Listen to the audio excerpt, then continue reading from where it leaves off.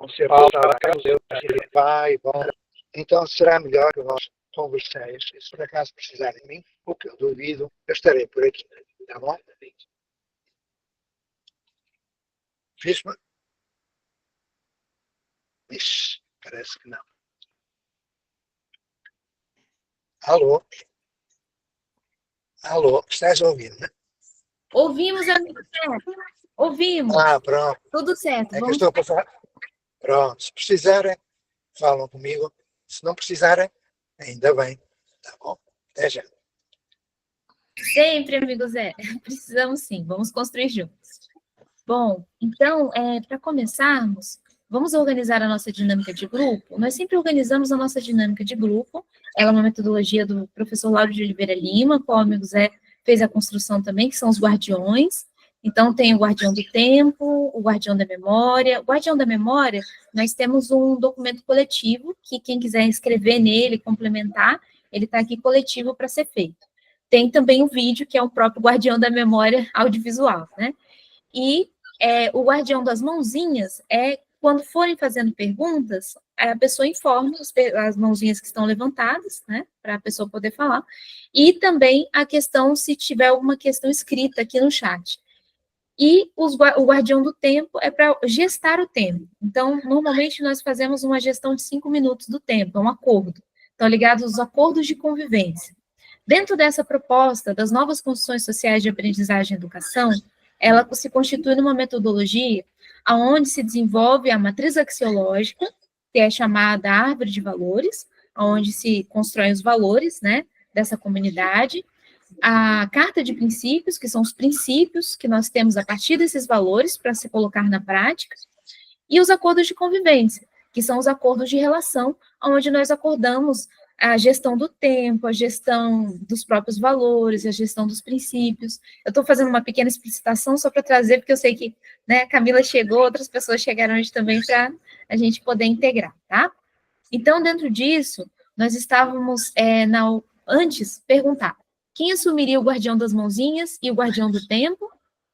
Flaviana, é mãozinha ou tempo? Mãozinha. Então, o guardião das mãozinhas, a Flaviana vai estar assumindo. O tempo sou eu. O tempo sou eu. Luiz é o tempo, então estamos em bom tempo.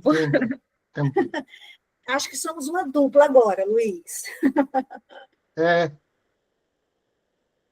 Que ótimo. Então, nós estamos fazendo a construção da tutoria, e da tutoria, o amigo Zé trouxe alguns questionamentos sobre a construção de aprendizagem. Aqui nós trazemos as questões sobre os projetos que estão em andamento, como podem ser feitos, as dúvidas, questões de dificuldades para a gente trabalhar em rede, poder se ajudar em cada localidade, e estamos levantando as 7 perguntas que constituem a aprendizagem. Então, só vou rememorar, tá, para a gente poder trazer essa questão. Então, as 7 perguntas por que aprendemos, onde aprendemos, quando aprendemos, o que precisamos aprender, com e com quem aprendemos, como sabemos que aprendemos e como aprendemos. Eu vou estar compartilhando o documento aqui com vocês, que já está escrito lá, e se vocês quiserem pegar lá também e até complementar, tá? São muito bem-vindos. O documento é aberto para todos nós estarmos colaborando juntos. Bom dia, Mauro, bem-vindo também. Bom dia, boa tarde. Mauro também constrói conosco. Mas eu não estou conseguindo ver. Bom, então, nessa última reunião, nós estamos conversando sobre por que aprendemos e onde aprendemos. E tínhamos trazido alguns questionamentos e reflexões do onde aprendemos. Aí eu gostaria de perguntar para vocês se vocês gostariam de trazer um complemento sobre a segunda pergunta, onde aprendemos, ou se nós já passaríamos para a próxima perguntinha, que seria quando aprendemos.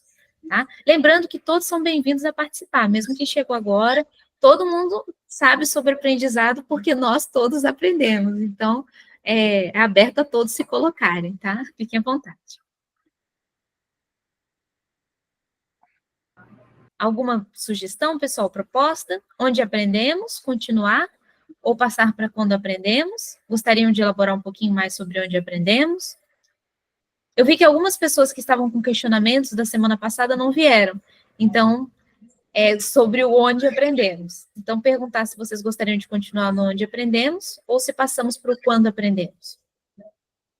Zizi, na verdade, onde e quando se complementam, não é?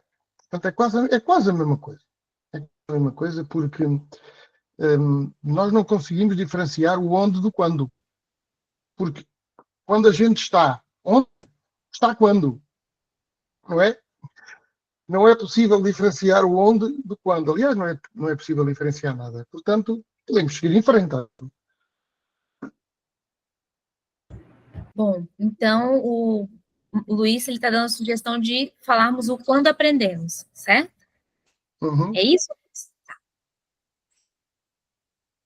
Eu entendi a sua colocação, do onde e quando, mas né, para a gente poder trazer Certo. o quando. Sim, Flaviana. Uhum.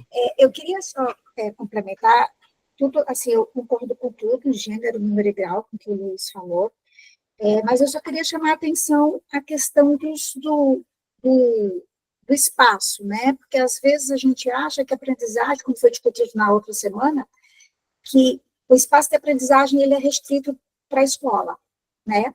Então, aí eu trago um dado para vocês, que provavelmente o pessoal de Portugal não sabe, mas, por exemplo, o índice de evasão escolar para as crianças do ciclo 2 de vocês, que seria a partir do 6º ano, né, que são os nossos anos finais, o índice de evasão é muito grande. Então, a educação de jovens e adultos que o Paulo Freire idealizou lá em Angicos, nos anos 60, ela já não tem mais o perfil, né, daquela pessoa adulta. São poucos os adultos idosos que não sabem ler e escrever. O nosso problema hoje aqui se dá em controlar uma evasão, principalmente para o ensino médio, que é o ciclo 3 de vocês. E aí o governo tem lançado alguns programas disso, né? Assim, programa Pé de Meia, que é para que o jovem receba um incentivo financeiro para que não saia. Aí entram outras questões de fundo social e de questões econômicas mesmo do nosso país aqui. Mas, e aí é onde a gente bate na questão das relações pessoais, né? Que a gente precisa ter uma relação pessoal muito boa mesmo. E isso é uma coisa que tem me preocupado bastante, tem tido muitas políticas públicas nesse sentido, de trazer e manter o jovem dentro da escola, porque a escola, do jeito que está, ela não é atrativa. Né? A escola, do jeito que está, ela continua a ser um depósito bancário. É isso, assim. E aí, quando você tenta algo diferente, você é visto, assim, às vezes, meio estranho. Você é uma pessoa fora do ninho, porque o padrão não é esse. Né? Então, assim, era só isso que eu queria complementar, que, às vezes, a escola, ela do jeito que ela está, no sentido que ela está para atender um mercado de trabalho, e não para formar um ser humano na sua integridade, para corpo, para mãos, para cabeça, um ser humano que pense, que seja um cidadão de verdade mesmo, né? Então, assim, são só essas questões que a gente tem tido, assim, para a educação infantil a gente tem caminhado com políticas públicas, tem ocorrido, embora se tenha ainda uma reprodução muito grande daquilo que o mercado quer enquanto formação de pessoas para atender essa demanda e uma precarização posteriormente de trabalho, mas eu penso que a gente precisa trabalhar numa base no sentido de ampliar e perceber que a educação, a escola é a ponta do iceberg. A aprendizagem vai se dar em todo o âmbito da vida que nós estamos, em todos os territórios que percorremos, em todas as relações que estabelecemos. É isso. O amigo Zé e depois o Luiz. Só umas palavrinhas assim, rápidas. Onde e quando? A Flaviana esteve na Ponte, não é? Conhece a escola. Qual é o onde da Escola da Ponte? Não é a sala de aula. Não tem. É a comunidade. São diferentes espaços. Depois, quando? Quando é que se aprende na Escola da Ponte? Em cada ano letivo? Não tem. Em cada ciclo? Não tem. Então, eu vos recomendo alguma desconfiança a essa segmentação, a essas fatias de tempo e de espaço. O melhor espaço não é a fatia, porque é imposto que seja, considera-se que a criança aprende durante aqueles anos em que está dentro da escola. Mas o que é uma escola? Voltamos à questão, ok? São todos os espaços que vemos E quando? Desde o 6º mês de gravidez até à morte. Esta é a resposta. Mas eu vos aconselho a desconfiar.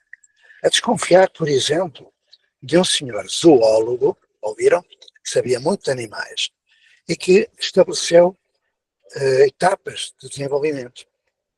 Né? Formal, operatório concreto, aquelas coisas. Ele era zoólogo, mas chamaram-lhe psicólogo. Isso foi o erro, porque se psicologizou a escola, dando origem a ciclos, a anos, a fatiamento de um processo que não é desse modo que se desenvolve. E como há sempre uma historinha para contar, eu vou contar. Quando e onde? 1974. Este vosso colega e amigo foi convidado para fazer uma experiência chamada Fase Única de Aprendizagem. Fase Única foi uma experiência de tempo e espaço em que eu participei. Éramos 6, 7 comigo, professores naquela altura chamados do ensino primário. Então, participei e fiz um relatório no final que mostrava que não deveria haver segmentação de tempo. Deveria haver um período, poderia estabelecer-se, e mesmo esse período é muita ousadia, porque cada um tem o seu tempo, e não se pode dizer que tem de aprender em 200 dias letivo determinado conjunto. Quem é que vai? Qual o aluno? A abstração, aluno médio. Portanto, nós chamamos a atenção para isso. O respeito pelo ritmo, não é? E imediatamente tivemos problemas, porque na altura tinha havido uma revolução, não é? Já estávamos em democracia, pelo menos democracia virtual, não é? E então fomos atacados pelos piagetianos, acabaram connosco e ficou em nada.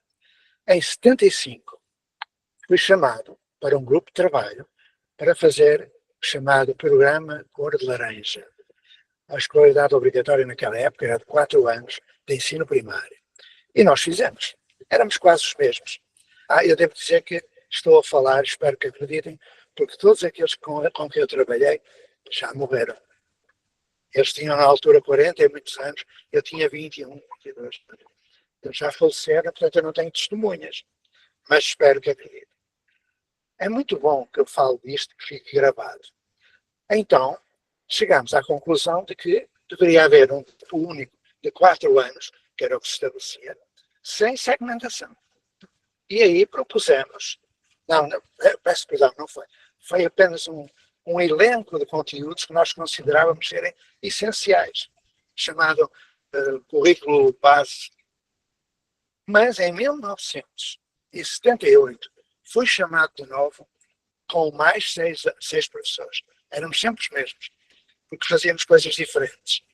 E fizemos a passagem da cor de laranja para a capa verde.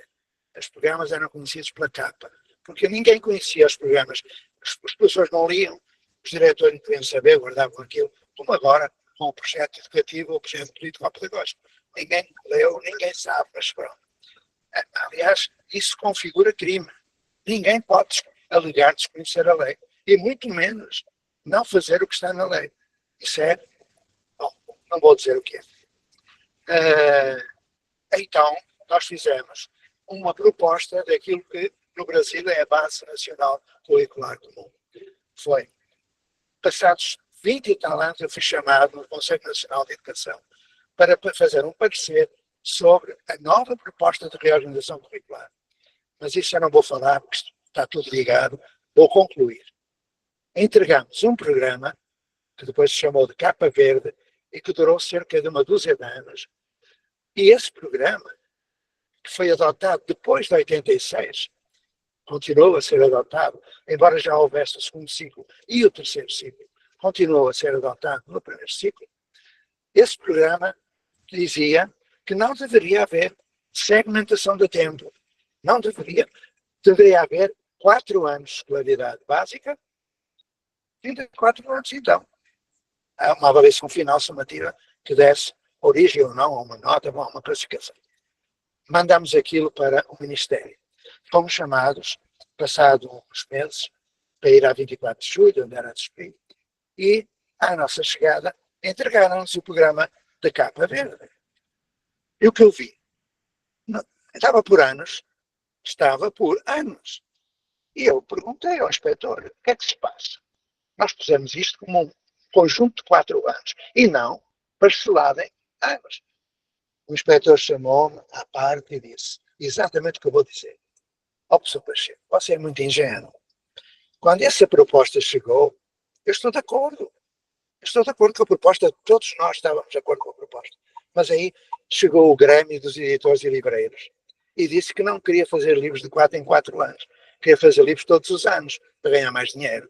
Depois vieram as associações de matemática, língua portuguesa, e disseram que não, tem que ser por ano. E depois vieram os sindicatos dizer que os professores não estão preparados para trabalhar em ciclo, e, portanto, o que é que acontece hoje? A divisão oficial, que também discordo, é em ciclo, mas trabalha-se por ano, os livros são por anos. Onde é que está o cumprimento do artigo 48º, que diz que as decisões têm que ser de base científica? Qual é a base científica da divisão por anos? Não existe. Então, estamos todos envolvidos numa farsa. Então, continuai no quando e no onde, porque é bom que se reflita. Muito obrigado pelo bocadinho. Agora é o Luís. Sim, olá. Eu acho que antes, quando e onde são importantes, assim como porquê e o como, mas eu tenho percebido, através do ambiente onde estou, da conversa que tenho com colegas e com diretores, que muito pouca gente sabe porque é que a escola é assim, porque é que a escola é assim. E as perguntas do quando, do onde, do como, do porquê, têm muito a ver com o facto de nunca termos entendido porque é que a escola é o que é, porque é que a escola nasceu, porque é que a escola cresceu e em que direção foi. Portanto, eu há pouco estava sentado à mesa com a minha mulher, aqui à hora do almoço, estávamos a almoçar e a conversar, e ela me explicou uma coisa que eu não sabia. Então eu aprendi. Onde? À mesa. Quando? À hora do almoço. Conversar. É claro que com crianças pequenas é sempre necessário fazer necessária a estruturação e a sistematização das ideias. Mas eu sinto que a maior parte dos nossos colegas não percebe as questões do onde e do quando, porque não percebe outras questões fundamentais que têm a ver com a vida da escola, têm a ver com a história, com H grande, e que eles não entendem porque vivem a questão que é dominante na sociedade. E a sociedade tem um domínio cultural que ainda impõe determinadas regras à escola e que, se a escola as seguir, só cria desigualdades, não cria igualdade de oportunidades. Em Portugal é muito normal dizer que, culturalmente, quem vai ao teatro e ao cinema e lê livros tem um status cultural superior a quem vai ao forró, à canção popular, quem não gosta de teatro e de museu. Não é? É socialmente e culturalmente aceitável isso. Ora, para nós respondermos a estas questões, é preciso que as pessoas percebam que a escola tem que gerir todos estes status sociais e todos estes interesses e, portanto, desde a criança que gosta de forró, à criança que vai ao museu todas as semanas com os pais, há espaço para todos e todos têm que aprender. Talvez assim as pessoas percebam um pouco mais as questões do quando, do onde e do porquê e todas essas que nós colocamos. Não demorei 5 minutos, ok? Passo a palavra.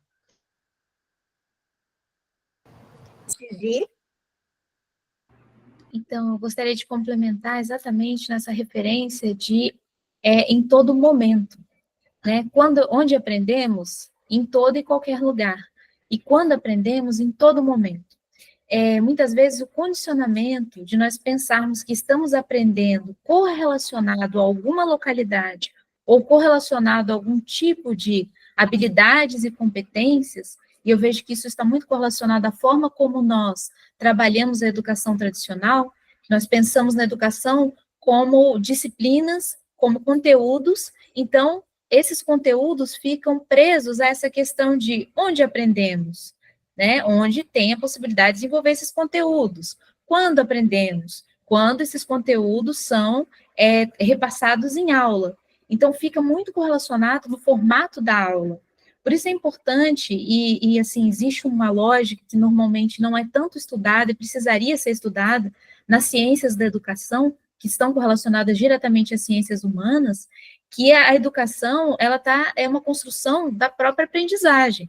Nós temos a educação como uma construção social, mas ela existe a aprendizagem que é orgânica, que ela vem desenvolvida a partir do nosso cérebro, ela vem desenvolvida a partir das nossas emoções, ela vem desenvolvida a partir da nossa psicomotricidade, da forma como nós nos relacionamos e interagimos com o meio, que a aprendizagem acontece por relação. Então, muitas vezes, a aprendizagem ela fica oculta à educação, como se a educação, a partir dos modelos sociais, né, dos nossos símbolos que nós entendemos como essa forma de agir, ou essa forma de aprender, porque isso, socialmente falando, é assim, né, você tem, socialmente, você tem o hospital, o lugar de saúde, a escola, o lugar de educação, o supermercado, o lugar das compras. Nós tendenciamos a fazer essa partimentar e não fazer uma construção integrativa, entendendo que não é uma questão de desorganização. Então não teria que ter esses locais? Não é isso. Mas sim, é entender que os locais não prendem aquilo que é desenvolvido ali. Senão começa a ocorrer, como as crianças hoje em dia estão, eu trabalho muito frente a isso, que você pergunta para uma criança, da onde vem o leite? A criança responde, da caixinha. Ela não sabe a construção da onde vem o leite, porque ela não está mais com a integração da sua aprendizagem. Antigamente, nós tratávamos a aprendizagem no desenvolvimento da nossa realidade. Então, por exemplo, se nós pegarmos o leite, nós íamos lá, sabíamos, porque a nossa avó pegávamos, porque nós tínhamos relação com a vaquinha, com os animais, para saber de onde o leite vinha. Hoje em dia, como nós perdemos a relação daquilo que nós estamos interagindo, construindo como aprendizagem, nós ficamos muito condicionados ao quando, e nós esperamos que alguém nos diga o quando. Porque a criança pergunta assim para o professor, eu estou aprendendo? Será que eu entendi? Está certo isso? Tudo isso vai virando quando. Ao invés da criança ter a sua autonomia e protagonismo de desenvolver esse quando. Porque, em realidade, quem garante o quando aprende? Qual de nós consegue dizer aqui para outro de nós quando o outro aprendeu? Nós não conseguimos dizer isso, porque o aprendizado ocorre conosco. Então, nós não temos como dizer o quando, nós podemos dizer que o quando é sempre. Agora, como que você desenvolve esse sempre é entender que as crianças aprendem em todo momento, os jovens aprendem em todo momento, os adultos aprendem em todo momento, os idosos aprendem em todo momento. Não existe momento para aprendizagem, a aprendizagem é o momento. Então, entender essa construção, eu vejo que é muito importante para sair dessa caixinha, de ficar pensando no onde e no quando, como se a nossa sociedade ela estivesse estagnada na sua pausa de desenvolvimento. Por exemplo, chegamos ao máximo da nossa sociedade. Não. A nossa sociedade tem muitos problemas, muitos defeitos, muitas coisas horríveis, inclusive, que nós sabemos, com relação à desumanização. Por isso que nós estamos aqui trabalhando nessa construção de humanização, porque nós sabemos que a educação precisa ser humanizada. Agora, nós precisamos evidenciar. Daí que vem a construção da evidência de aprendizagem. Evidenciar esse onde e esse quando, para que as pessoas possam compreender e se conscientizar que quando você está com uma criança conversando com ela na mesa, o que você aprendeu hoje? Como foi o seu dia de aula? Nesse momento a criança está aprendendo. Porque se a mãe e o pai vira, mas e aí, que nota você tirou? Quanto você tirou? Como que você foi? Normalmente o interesse é saber quanto que a criança tirou, quanto que ela conseguiu, e não o que você aprendeu. Para a criança poder falar o que ela aprendeu. E quando a criança fala o que ela aprendeu, normalmente ela diz assim, eu não sei, mas a professora me disse que eu fui muito bem. A professora me deu uma nota A. A professora fez um risquinho no meu caderno dizendo que eu fui ótima. Ou a professora colocou um risco vermelho e um X. Eu errei as palavras, eu não estou sabendo. Que é mais difícil a criança falar isso, mas ela fala também. Eu não estou indo bem. Normalmente a criança quer ocultar como se ela não estivesse indo bem no entendimento daquilo que é repassado, fosse porque ela tem uma desvalorização na sua aprendizagem. que é um processo que nós lidamos muito aqui com relação à competição e à cooperação. Nós sabemos que a educação tradicional ela é muito meritocrática, né? Ou seja, a meritocracia, se você vai bem naquele conteúdo, você é bom, você vai ser um excelente profissional. Se você é ruim naquele conteúdo, então você é mau. Você vai ter que fazer outra coisa porque isso não serve para você.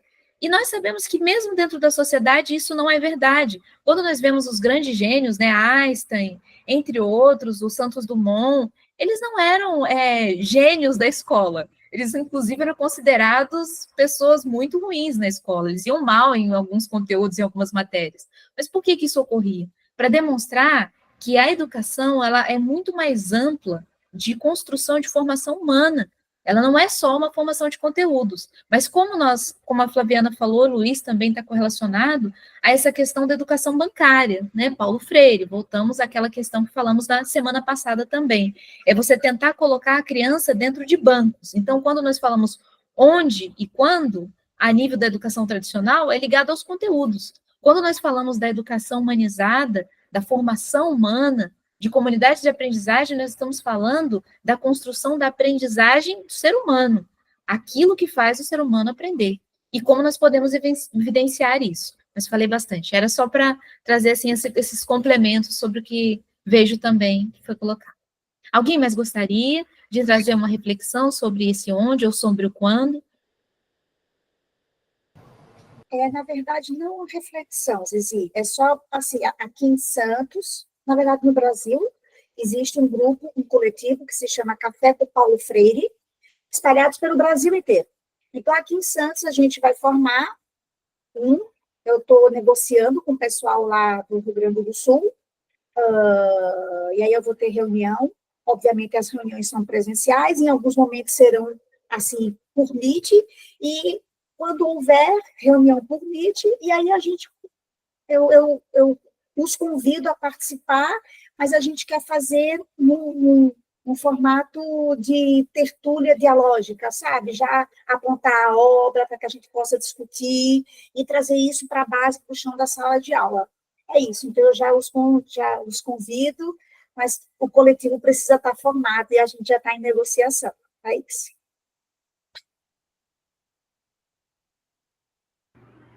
Agradecida, Flaviana. Zizi, posso só complementar uma coisa que a Zizi estava a falar? A meritocracia tem um lugar na história da educação, ok? Lembrar que há muitos anos atrás, só os filhos dos nobres e do clero, o clero não tinha filhos, se calhar até tinha, nós é que não sabíamos, mas só os filhos do nobre é que tinham acesso à educação, não é? E a meritocracia veio exatamente quebrar esse ciclo. Só que a meritocracia é entendida, pelo menos aqui em Portugal, como um conjunto de valores e de aprendizagens que todos têm que aprender e que está intimamente associada àquela questão cultural de que os valores e os princípios e as matérias e o conhecimento tem que ser culturalmente superior, ok? Portanto, todos os meninos das famílias pobres têm que ter acesso à informação que eu só consigo, por exemplo, num teatro ou ir ao museu. E isso é falso. É falso porque o elevador social, que a escola deve ser, não é para todos chegarem ao terraço, ao rooftop, ou à penthouse. É para todos poderem subir na sua capacidade de ser cidadãos. E então, por isso é que o Zé fala, e bem, é uma nova construção social. Acho que está perfeito.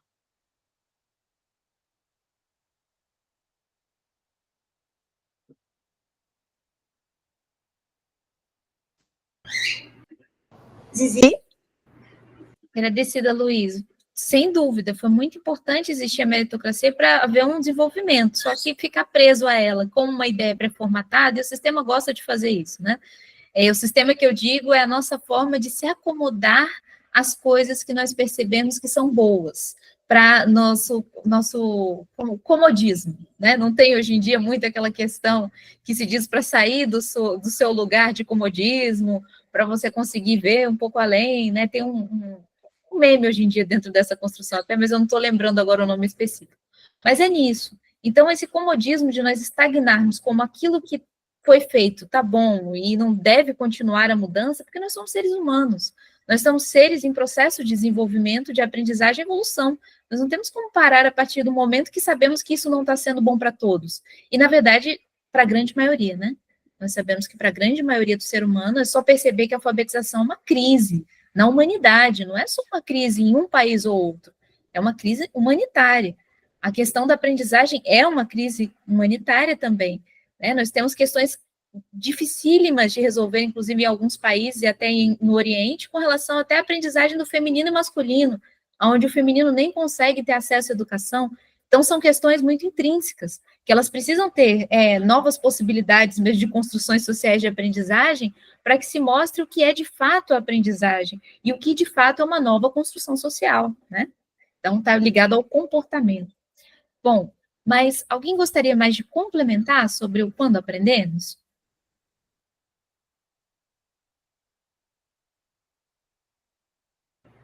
Não? Então, vamos passar para a próxima perguntinha? O que precisamos aprender? Nossa, essa perguntinha, então, essa é quente.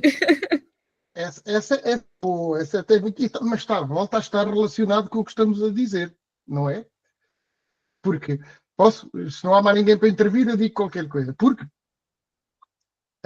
lá está, quem é que não gosta de pessoas que cumpram, que saibam fazer bem, em detrimento das pessoas que não querem fazer nada? Quem é que gosta? Toda a gente. O problema é que estamos a pedir a todos para fazer o mesmo, não é? Estamos a pedir ao elefante que suba a árvore e estamos a pedir ao macaco que suba a árvore. Ora, isso não é meritocracia, não é? Portanto, a questão do o que é que eu tenho que aprender? Eu tenho que aprender aquilo que eu preciso para ser um bom cidadão. Portanto, não cola com...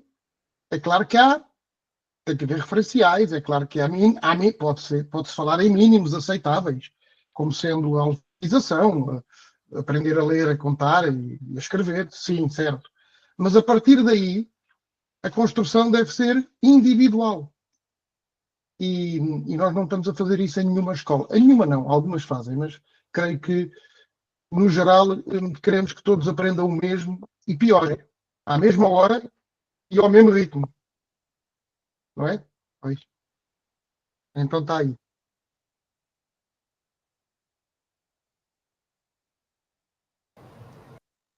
Zizi? Então, gostaria de trazer reflexão para esse começo, né? O que precisamos aprender. Eu vejo que está muito correlacionado à questão dos currículos. Nós desenvolvemos muito currículos, né, para poder ter depois uma base de avaliação. Só que essa avaliação, ela se torna uma avaliação correlacionada àquilo que o mercado quer, não aquilo que se constrói em aprendizagem. Porque se nós trouxermos uma reflexão profunda sobre o que precisamos aprender, por exemplo, o que precisamos aprender, primeiramente, para podermos viver em humanidade? Sermos humanos, né? Se nós não aprendemos a sermos humanos, como é que nós seremos? Começa por aí, né? Então, a partir disso, um cidadão, a construção que nós temos de cidadania, de democracia, né, que são construções sociais, mas que têm valores, né, correlacionados a essa fundamentação, é o primeiro aprendizado de entender o que nós precisamos aprender. Só que o que precisamos aprender normalmente está correlacionado a um processo que você vai fazer uma avaliação àquele conteúdo, voltando à última correlação. Aqui em comunidade de aprendizagem, nós trabalhamos com 3 currículos, né? É um currículo, na verdade, tríplice. É o da subjetividade, que é o currículo individual, que você busca o interesse, o aprendiz busca o próprio interesse. Você não vai dar uma aula para ele e falar, você vai aprender isso. Você vai perguntar o que você gostaria de aprender, com quem você vai aprender, onde você vai aprender, como você vai aprender, quanto tempo você vai demonstrar, né, a sua evidência de aprendizagem daquilo que você construiu. Então, você vai fazer as perguntinhas para o aprendiz construir esse roteiro de aprendizagem, que vai se transformar no portfólio de aprendizagem. Então, essa construção vai ser por portfólio, por projeto, aonde a criança ela possa desenvolver a sua subjetividade, que é o seu interesse próprio em construção de aprendizagem. Agora, o currículo da comunidade, ele vai possibilitar que aquela localidade que o aprendiz se encontra, ele construa com as pessoas que estão ali para ver qual seriam os desafios, os sonhos, os desenvolvimentos que se tem em comunidade. Então, o currículo da comunidade, ele tem esse desenvolvimento a partir desse coletivo, né, dessa comunidade. E o currículo da consciência planetária, ele está correlacionado justamente ao que nos amplia como ser humano. Então, o lixo, o aquecimento global, são questões que todos nós, em todas as localidades do mundo, estamos vivenciando e precisamos ter consciência sobre aquilo que está ocorrendo, porque é a nossa realidade. Então, eu trouxe um pouquinho a construção dos currículos, né, de comunidade de aprendizagem, para fazer essa ligação, que o que precisamos aprender está muito correlacionado a como pensamos que se deve aprender. Se nós pensarmos numa trajetória evolutiva da humanidade sobre aprendizado, a aprendizagem começou pelo repasse verbal, né? Verbal oral, né? Você contava uma história, aí aquela história ia passando de geração por geração, até se constituir uma organização e se fazer os ofícios, depois os ofícios, porque a educação começou com os ofícios, né? Você repassava, você tinha alguma arte, alguma coisa que você sabia fazer, você repassava e aí as famílias foram assumindo aquele espaço dentro daquela aprendizagem. Até que a aprendizagem, ela começou a ter um desenvolvimento maior num campo organizacional, onde você começou a perceber, por exemplo, que para os cidadãos terem uma construção de trabalharem juntos, né, o sentido mais democrático da palavra, precisava se fazer o quê? Se constituir algumas formas, não só como leis, mas também como o que nós vamos fazer em comum, como é que nós vamos formar essa sociedade. Nesse momento, começou a se definir o que precisamos aprender, porque aí foi definido que teria que ter um conjunto de conteúdos que fizesse com que aquele jovem, aquela criança, aquele ser humano que vai se tornar um cidadão conseguisse ter aquele entendimento, certo? Isso aconteceu muito na época, se lembrarmos como que chama, os gregos, romanos, para o período ocidental, pensando no Ocidente. No Oriente, a China já tem um avanço muito maior que o nosso, há muito tempo até, a história é até mais antiga, né? Então, a gente está vivendo quase o passado da China. Mas, mesmo assim, nós vimos que continua sendo humano. E não no positivo, no sentido positivo também, mas falta ainda integrar muito do que é ser humano, né? Essa humanização, quando falamos. Mas, de qualquer forma, nesse sentido organizacional se avançou muito. Então, perceber esse diferencial de não colocar a organização como foco, mas a relação como foco, eu vejo que a principal digamos assim, sabe como nós falamos quando você tem um ponto de mutação, ou quando você tem uma quebra de paradigmática, é você pensar que não é pelo conteúdo, não é pela construção do que você quer que a pessoa seja, mas sim pela construção da relação que você tem com a pessoa. Porque aí você tem a construção contínua, você tem o sistema se formando no momento pela realidade que está ocorrendo. Porque não adianta você ficar focado em algo que já existiu. E o que está acontecendo agora? Não é apagar o passado, mas é trabalhar o passado para construir o presente e possibilitar a mudança e transformação futura. Mas eu teria essa reflexão. O principal é sair desse foco condicionado do que queremos que seja para a relação que estamos vivendo, para conseguirmos aprender um próximo passo. Mas seria isso. Obrigada, Zizi. Eu queria só pensar junto com vocês, assim, uma reflexão nessa pergunta, né, o que aprender. Eu compreendi, Zizi, a questão da subjetividade, da comunidade, da consciência, dos 3 tipos de currículo, assim, porque para mim é tudo muito novo, eu estou aqui, sei lá, 1 mês, 2 quase, e estou aprendendo, assim, bastante. Mas uma coisa, assim, me preocupa muito, muito, a questão da compreensão, que você falou assim, da gente aprender a ser humano. Eu concordo, mas eu entendo que a gente aprende a ser humano, humanizado, todos os dias, nas nossas relações. Mas tem uma coisa que me chama muita atenção. Eu tiro porque eu não sei se eu estou falando alto demais, aí eu perco um pouco a noção. Me preocupa muito a questão da aprendizagem ou da percepção no que diz respeito à identidade de quem nós somos. Eu não falo Flaviana sujeito de direito, não é isso. Eu falo Flaviana sujeito, cidadã de um país que tem uma história, né? Então, haja visto o que aconteceu em nosso país, não estou defendendo o partido A, B ou C, mas, não sei, Luiz, acho que talvez passe em algum cinema aí, talvez no Cine Trindade, que é um cinema de arte, o filme Ainda Estou Aqui, né, que é um filme que se passa aqui no Brasil no período da ditadura.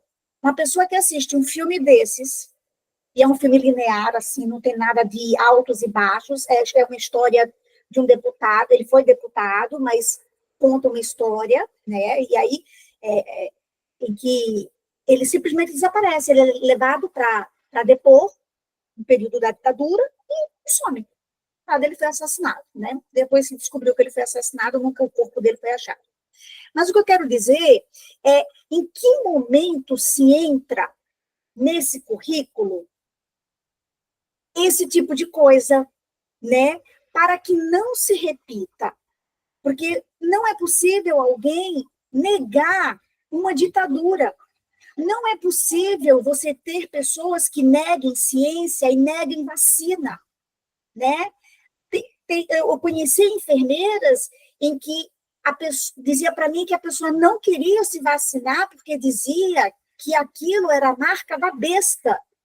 Então, veja o nível de cegueira, né? Porque para mim isso é uma cegueira, tanto como existe a cegueira do intelectual, existe a cegueira da ignorância, né? Mas em que parte desse currículo, em que parte da aprendizagem a gente discute isso?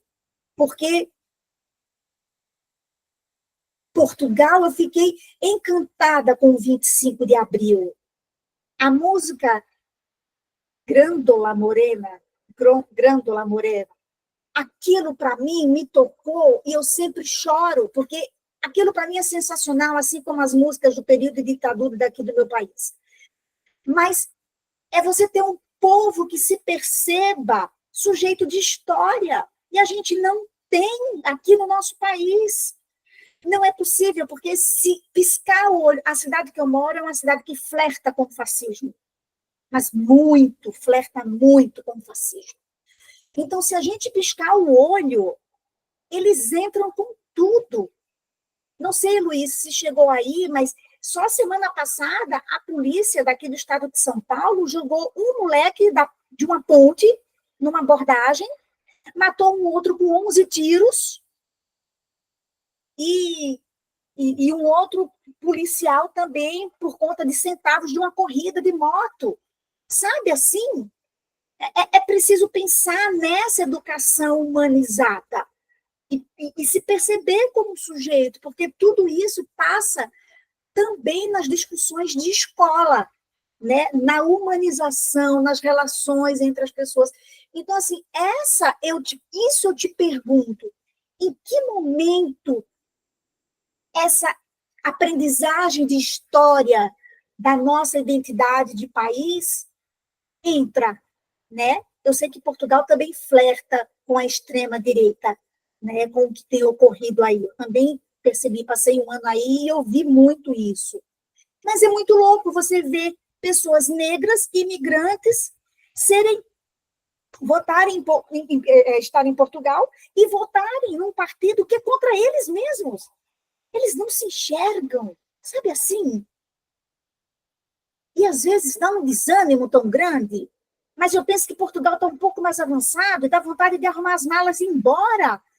Aí eu pergunto para o Luiz se tem vaga na escola dele para eu trabalhar, porque eu não estou dando conta, o psicológico aqui está muito pesado, gente. Desculpa o desabafo, é isso. Então, Fabiana, eu vejo que, para começar essa questão, eu vejo que é importante entender o que é a humanização.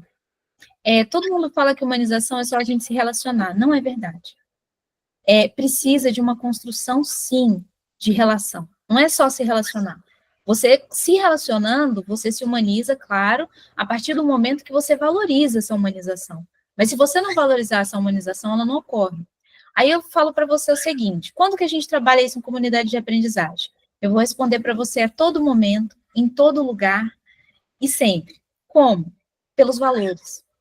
O que ocorre, a grande transformação e mudança das comunidades de aprendizagem são os valores. Por isso que nós começamos sempre pela matriz axiológica, porque nós trabalhamos esses valores na prática. Não adianta discussão ou diálogo se não existe realidade desses valores na prática. Muitas pessoas discutem várias questões etnorraciais, várias questões de várias localidades, assim, não que isso não seja bom, é importante, ajuda na conscientização. Mas se você não tem a prática, não muda. Então fica só um discurso vazio, que o amigo Zé gosta de chamar muito dos teóricos, né, o pessoal que está no palanque, mas que não faz desenvolvimento no chão da escola ou no chão da realidade. E qual que é esse chão da realidade? É você desenvolver, de fato, os valores humanos. Então, se você está numa construção da matriz axiológica, seja qual projeto for, porque, assim, entender que os currículos da subjetividade, comunidades e consciência planetária, eles se desenvolvem pelos seus valores. Então, aqui nós estamos trabalhando educação com valores, e não é educação com valores, mas toda educação trabalha com valores. Tem o PPP, né, no Brasil tem, só que tem para ficar que nem os alunos, nem as professoras, quase ninguém conhece o PPP, que é o projeto político-pedagógico, e o projeto político-pedagógico não é colocado em prática. Você não tem a realidade da prática. Então, como que aqueles valores que nós vemos que são importantes chegarem nas crianças para elas terem crítica e autocrítica, um pensamento crítico e autocrítico sobre aquilo que estão vivendo, sobre o que é a realidade que nós vivemos, sobre como nós construímos ciência ao longo da trajetória humana, o que é ciência de fato, fica desmembrado da realidade, porque não são trabalhados esses valores. É, por exemplo, você chegar numa escola, né, e a escola fala assim, nós trabalhamos os valores. Aí você chega lá, as crianças, professora, posso ir no banheiro? Não, não pode, estamos na aula. Aí tem o valor respeito, aí tem o valor cooperação, aí tem o valor autonomia. De fato, está ocorrendo quando e como? Como que essas crianças, tendo esse aprendizado, vão conseguir ter um pensamento crítico e autocrítico sobre si mesmo? Quando eu falo crítico, eu sempre falo crítica e autocrítica, porque não adianta só nós criticarmos, nós temos que ter autocrítica. Mas para ter autocrítica, nós precisamos de autoconhecimento. E para termos autoconhecimento, nós temos que desenvolver o nosso potencial humano. E o que é o nosso potencial humano? Fala-se muito em solidariedade. O que adianta a solidariedade sendo falada se na hora da vivência não existe a prática? Por isso que inclusive, eu tenho um livro, né? Eu fiz um livro chamado Movimento Pedagógico Ecológico, que ele desenvolve essa formação humana da prática do ser humano, desenvolver os seus potenciais como ser humano, e não só como uma questão assim que você lê ou você diz que faz. Por exemplo, construção de respeito. O que adianta você chegar e falar do respeito, se você chega na hora de falar, você fala, peraí, dá licença que eu estou falando. Eu estou falando agora e ninguém vai falar. Entende? Não adianta, porque tem que ter esse acordo de relação. Por isso que nós falamos aqui que acordo de convivência é tão importante. Então, respondendo a pergunta, simplificando, Flaviana, o que faz essa mudança e transformação para que se humanize, de fato? Trabalhar os valores, constituir, de fato, princípios para esses valores, porque não adianta falar de amor. Se eu falar de amor aqui, eu vou falar amor de uma forma, você de outra, Camila de outra, Luiz de outra, o Mauro de outra. Por quê? Porque o amor é aonde nós nos integramos com o amor, nós temos uma vivência do amor. Então, nós precisamos construir em comum esse amor. O que no amor nos constrói em comum? Para desenvolver princípios que nós possamos entender o que é esse amor. Para desenvolver acordos de convivência que nós vamos, de fato, praticar esse amor. Porque qual que é a prática do amor? As crianças eu já vi, é muito legal. Algum dia eu vou ver se eu consigo trazer elas para falar sobre a prática do amor. Porque como é que a gente pratica o amor? Elas ficam refletindo. A gente se abraça? Isso é praticar amor? Mas o amor não é mais profundo? Não é você perceber quando alguém não está bem? Mas isso não é empatia? Empatia também se correlaciona ao amor? Então começa um monte de reflexões do pensamento crítico que as crianças vão começando a perceber que não são elas e eu. Não existe o inimigo ou o amigo. Existe todos construindo fraternamente uma comunidade. Porque quando a gente constrói o amigo e inimigo, a gente sempre vai estar constituindo a guerra. A polaridade que sempre você vai ter pessoas que você gosta e vai ter pessoas que você não gosta. E não é uma questão de gostar ou não gostar. É uma questão de como você se relaciona com aquilo que você tem dificuldade, porque aquilo mexe com você, e como que você se relaciona com aquilo que você fica fixado, que você gosta, que você quer muito, porque isso também é um problema. É só perceber que as crianças, tanto, e os jovens, e até os adultos, né? Isso aí, em geral, qualquer idade. Quando a gente tem uma coisa que gosta muito, a gente sofre dificuldade. Quando a gente tem algo que rejeita muito, a gente também sofre dificuldade, porque isso vai tomando uma obsessão na nossa vida. Então, a gente tem que aprender também a ter esse autoconhecimento desse valor, e essa relação com o outro é importante, para construir essa crítica e autocrítica do que é, como nós vamos nos relacionarmos. Então, a resposta em base é essa. Não adianta só falar sobre as questões da equidade, da igualdade, se você não está vivenciando. Por isso que a educação tradicional tem um grande problema. Porque nós vemos nas escolas, você tem que competir pela nota. Isso já o amigo Zé falou várias vezes, mas eu também já participei em várias questões, que, por exemplo, morreu uma aluna da classe. A aula continua ou não? Continua, porque tem prova. Morreu mais uma, é mais uma. Aí as professoras, depois no recreio, a gente vai fazer 1 minuto de silêncio. Ah, mas como é que vai ser? Morre todo dia uma pessoa. Se a gente parar a cada dia que morre uma pessoa, não vai ter aula, então. Só que essa que é a reflexão. Para que se está na escola? Se está na escola para construir um ser humano, para formar um ser humano, ou se está na escola para construir um profissional de trabalho? E essas coisas são assim, tem escolas que às vezes estão fazendo um tipo de, repassando um filme, e morre uma professora ali por um problema cardíaco, e ninguém nem sabe o que ocorreu. No final que eles encontram ela, porque todo mundo saiu da sala e viu que ela estava ali. Então, o individualismo, o egoísmo, tudo isso faz com que nós perdemos a construção de ser humano, que é o que está sendo focado hoje em dia pela tecnologia, que é um sentido tecnológico de você estar isolado, de você ser individual, né? Seja as redes sociais, você não tem que mais se relacionar, você tem que mostrar o que você está fazendo em pequenos pedaços, mas não a construção que é o seu ser humano. Então, esse que é o resgate que eu vejo. E constituindo a matriz axiológica é possível.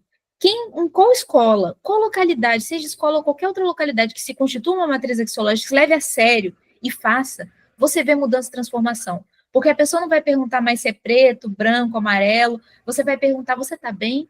O que eu posso fazer por você? O que a gente pode construir junto? Isso vai além das fronteiras de cor e tal, só que isso é uma construção. É lindo na hora de falar, na prática é terrível. No começo eles dão um soco uns nos outros, eles se agridem, é uma violência, até conseguir entender o quê? Qual que é a essência dessa construção? Porque quem foi agredido, agride. E a maioria das localidades foi agredida. Então nós, como pelo sistema estar desse jeito, começamos primeiro pela dor. Depois nós vamos aprendendo a entender que não é só a dor. Existe algo mais, que reconecta o ser humano à sua humanização, que é o amor de fato. Entendendo que esse amor nem sempre é bonito, como nos contos de fada. O amor pode ser você dizer um não, você entrar e dar realmente uma força ali para aquela comunidade a desenvolver situações de risco. Então, tem muitas formas de amor, né? Mas é isso. Obrigada. Luiz? Tá, aí a Zizi falou tão bem que eu lhe dei os meus 5 minutos, não há crise. Mas deixem-me só usar 2. Né? Deixem-me só usar 2. Na verdade, complementando o que a Zizi disse, a escola, aqui e talvez aí e em todo o mundo, se organiza com características que não são humanas. Né? Se organiza com características que não promovem uma educação humanizada. Promovem antes pelo contrário, não é? Promovem o silêncio, a regra, o estar quieto, o ouvir o professor e tudo isso que a gente sabe. Portanto, não há volta a dar se continuarmos a dizer às crianças que elas só falam quando eu quero, como eu quero, à hora que eu quero, têm que ter as disciplinas assim e o recreio à hora que o diretor manda. Não há volta a dar se for assim. Se não for assim, como a Zizi falou, um processo difícil, mas que tem os seus frutos, então a escola vai passar a fazer uma coisa que não faz hoje em dia, que é deixar a criança pensar, deixar a criança falar e viver as situações. A escola o que faz hoje em dia é doutrinar, né? E doutrinando, vamos criar pessoas como, por exemplo, o presidente Trump, que não acredita que a Terra é redonda ou que as as consequências do clima. Porquê? Porque foi doutrinado. E as pessoas, quando são doutrinadas, tendem a pôr tudo em causa. Deem livros à criança para ler e ela vai saber pensar sobre os assuntos do mundo, não é? Quando a gente quer pôr em causa o que está a acontecer, lemos, ouvimos, olhamos. Não? E a escola não permite isso. Daí, termos que mudar também esta organização. Não temos as pessoas preparadas para isso. E, portanto, temos que as preparar também.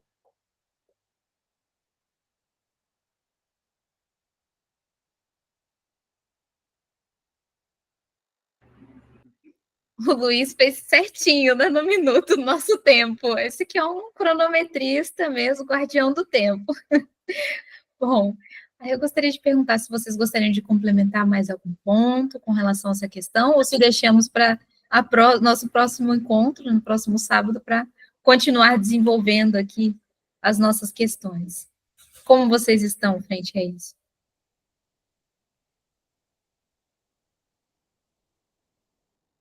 Como quiserem. O Helder está aqui com a gente, ele falou que você estava fazendo uma comemoração, 70 anos da sua escola? Parabéns, Helder, que maravilha! Obrigado. Bom, então estamos fechando por hoje, né? Aí se tiverem mais alguma questão, falamos então no nosso próximo encontro. Camila, seja muito bem-vinda, tá? Que está chegando agora também. Construa Gratidão, gente. Gratidão pela acolhida. Obrigada. Então, até o próximo encontro. Grande abraço a todas e a todos. Até.